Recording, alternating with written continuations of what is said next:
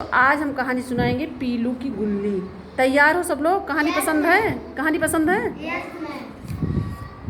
एक दिन रानी के घर में सुबह से हलचल थी। सुबह से ही आवाज़ें आ रही थी।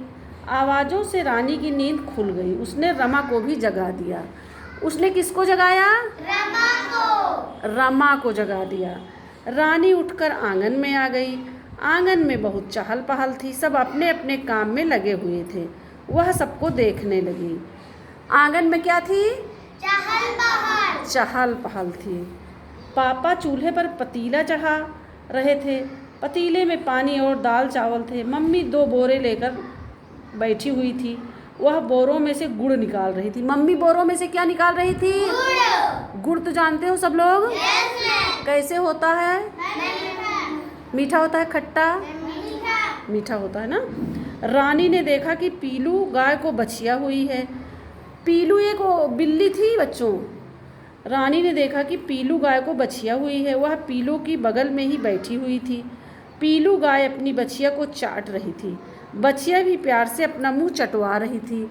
जब देखो उसका गाय का बच्चा होता है, छोटा रहता है, तो उसकी माँ उसको चाटती है ना, तो वो भी अपने बच्चे को जो है प्यार से चाट रही थी। रानी भागकर बछिया के पास गई। बछिया काले रंग की थी।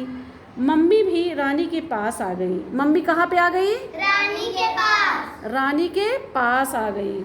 वह पीलू को गुड़ खिलाने लगी। रानी ने बछिया को छूकर देखा।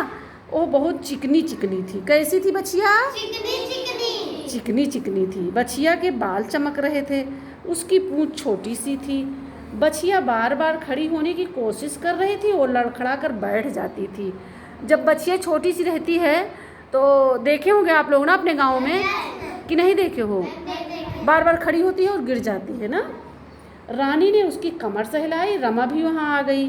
रमा ने पीलू को गुड़ दिया। रमा भी बछिया को छू छू कर देखने लगी। रमा और रानी बहुत खुश थी। उन्हें बछिया को देखकर बहुत मज़ा आ रहा था। उनको क्या आ रहा था? बहुत मजा आ रहा। मज़ा आ रहा, क्योंकि छोटा बच्चा सबको पसंद आता है, चाहे वो कुत्ता को हो, बिल्ली को हो, गाय का हो, चाहे जिसका भी हो। रमा और रानी ने बछिया का नाम गुल्ली रखा। क्या नाम रखा? गुल्ली। गुल्ली। उन्होंने मम्मी को उसका नाम बताया। वह वापस गुल्ली के पास आकर बैठ गई। वह गुल्ली के पास से हटना नहीं चाह रही थी। वो दोनों लोग गुल्ली के पास से नहीं हटना चाहे, क्योंकि बच्चा जब छोटा है तो बहुत सुंदर लगता है ना। मम्मी ने रमा और रानी को कुछ कतरने दी। उन्होंने गुल्ली के लिए रस्सी बनाने को कहा। गुल्ली को बांधने वाली रस्सी नरम होनी चाहिए। दोनों बैठकर रस्सी बनाने लगी। रमा ने देखा बाबा गुल्ली को धीरे धीरे खींच रहे थे। उन्होंने गुल्ली का मुंह पीलू के थनों पर लगा दिया। गुल्ली दूध पीने लगी। जैसे जब गाय का छोटा बच्चा रहता है तो उसके मुंह में गाय का दूध जो है लगाना पड़ता है, तभी तो पी पाता है, नहीं तो पी ही नहीं पाएगा ना, तो जीवित कैसे रहेगा। गुल्ली दूध पीने लगी। पीलू चुपचाप खड़ी हुई थी। गुल्ली दूध पीती जा रही थी। उसकी पूंछ इधर उधर मटक रही थी। इतने में मम्मी पीलू के लिए काढ़ा ले आई। पीलू काढ़ा पीने लगी। पीलू क्या पीने लगी? काढ़ा। काढ़ा जानते हो सब लोग? चांदनी जानती है काढ़ा? जानते हो? थोड़ी देर में पापा ने गुल्ली को अलग कर लिया। फिर मम्मी पीलू का दूध दूहने लगी। उस दिन पीलू का दूध कुछ अलग सा था। वो दूध पीला पीला और फटा फटा था। देखो, जब गाय शुरू में बच्चा देती है उसका, जिसको हम लोग गांव में खुजड़ी बोलते हैं, यही तो बोला जाता है, तो उसका दूध जो है मतलब कि फटा फटा था। तो उसको गर्म करने पे वो थक्का जैसा, जैसे बर्फ़ी जम जाता है, और 2 दिन के बाद हल्का सा थक्का टाइप में रहता है और दूध टाइप में रहता है, तो पीने में बहुत अच्छा लगता है, चीनी या गुड़ डाल करके। रमा और रानी मम्मी के पास पहुंची।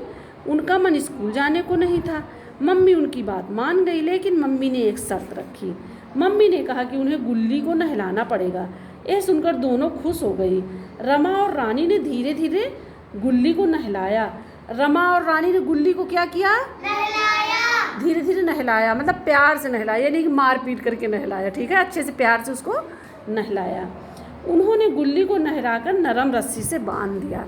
इसलिए बांध दिया कि अगर कहीं भागेगी तो कोई भी कुत्ता उसको नोच सकता है ना, या कोई कहीं पे गिर सकती है, धीरे धीरे चलती थी ना वो, तो इसलिए उन्होंने अपने उसको नरम रस्सी से, जो कि उसके गले में भारी न पड़े, उसी से बांध दिया उसको।